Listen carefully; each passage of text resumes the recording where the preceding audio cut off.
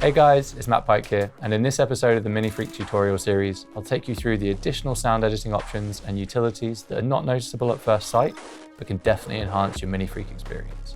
Let's dive in. Many modules found in MiniFreak have more features than those available on the front panel.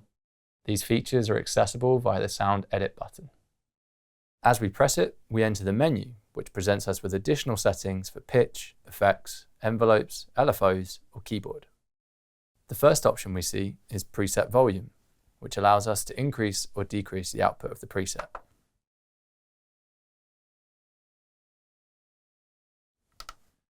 Now we have the pitch menu. An interesting example here is oscillator mod quantization. This allows us to change how the pitch responds for either oscillator when they are modulated via the mod matrix.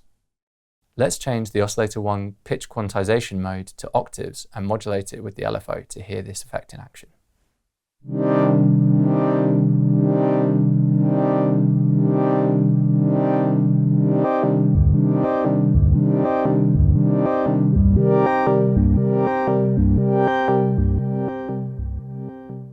It's worth noting that for most of these options, there are handy shortcuts of holding the Sound Edit button while pressing another button on the panel to get to them faster. For instance, enter the pitch menu right away by simply holding Sound Edit and pressing the oscillator switch. One more quirky feature related to pitch is the glide mode. Here we can define its time, whether it's synced or it's in rate mode, as well as whether it plays in legato or not.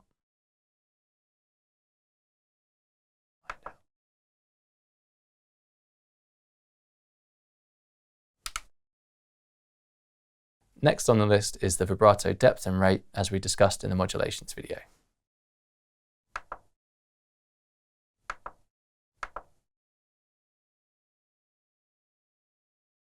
Next, we have the effects menu with the delay and reverb routing options. These are send effects by default, so they will not be affected by the effects which follow them in the chain. However, if they're set to insert, you can keep them in the effects chain and set them to fully wet, which can lead to some nice creative results.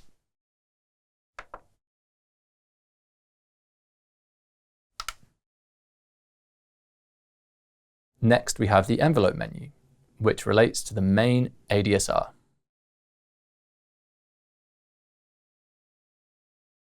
The first option allows you to define how much the velocity of your playing impacts the overall volume.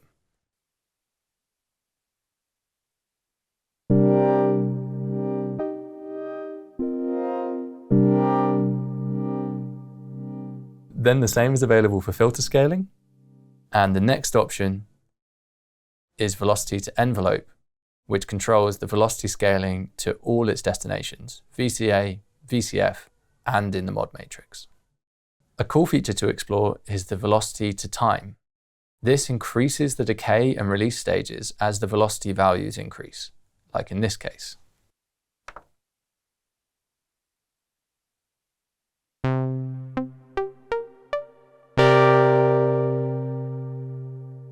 We can also choose different curve modes for attack, decay, and release in this menu. An interesting option to explore is the unison mode found in the voice menu. The unison mono mode uses all voices at once. The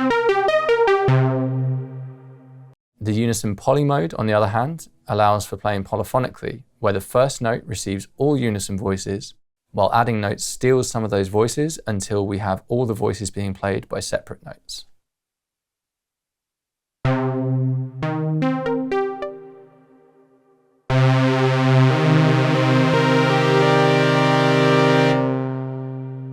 Then paraphonic stacks notes based upon the number of unison voices chosen.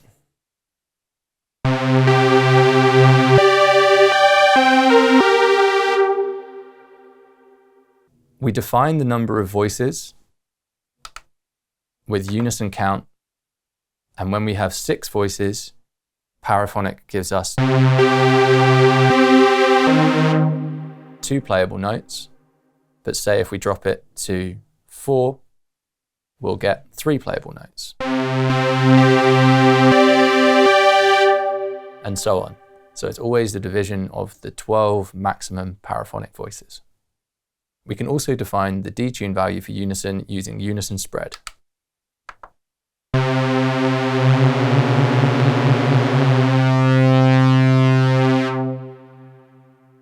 Further options deal with handling polyphony and MiniFreaks voices. Here you can choose, for example, which note to steal.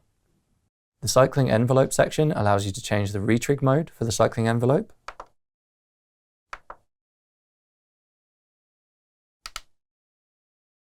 You can also define the stage order for the loop and run modes. You can choose between attack, hold and release,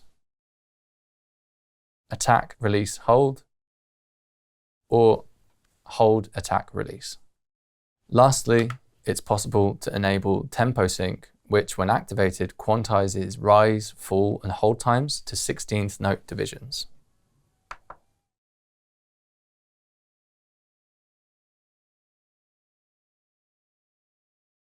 The last few options are dedicated to the LFO, keyboard, scales and saving. For the LFOs, you can also define their retrig source, including making them free running. Also, you can filter the sync timings to include only straight, triplets, or dotted.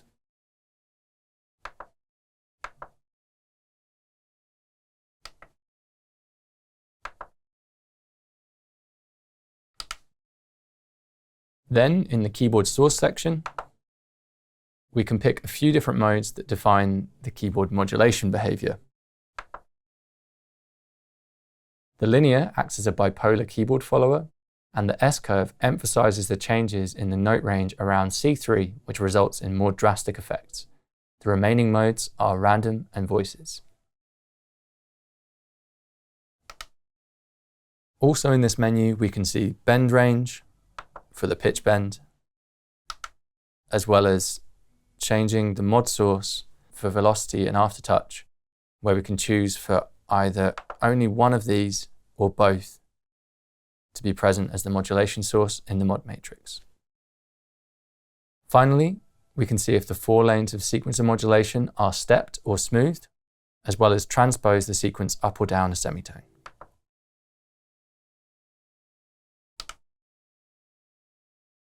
We can also configure the scale in the Scale Config menu by choosing its root and which scale we want to use. And lastly, in the preset menu, we can enable taking snapshots and recalling them, which is a great way of recovering a former state of a preset without having to go back to scratch. MiniFreak also offers some important settings in utilities.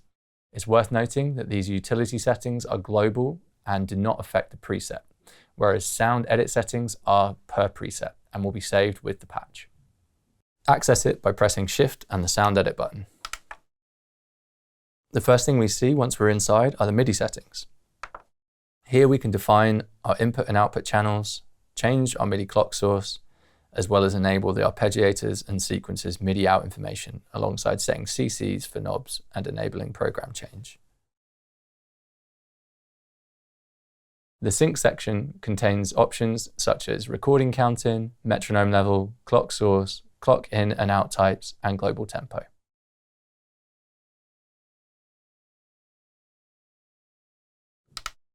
Then we have a global scale option, which limits the whole keyboard to certain scales, not dependent on presets.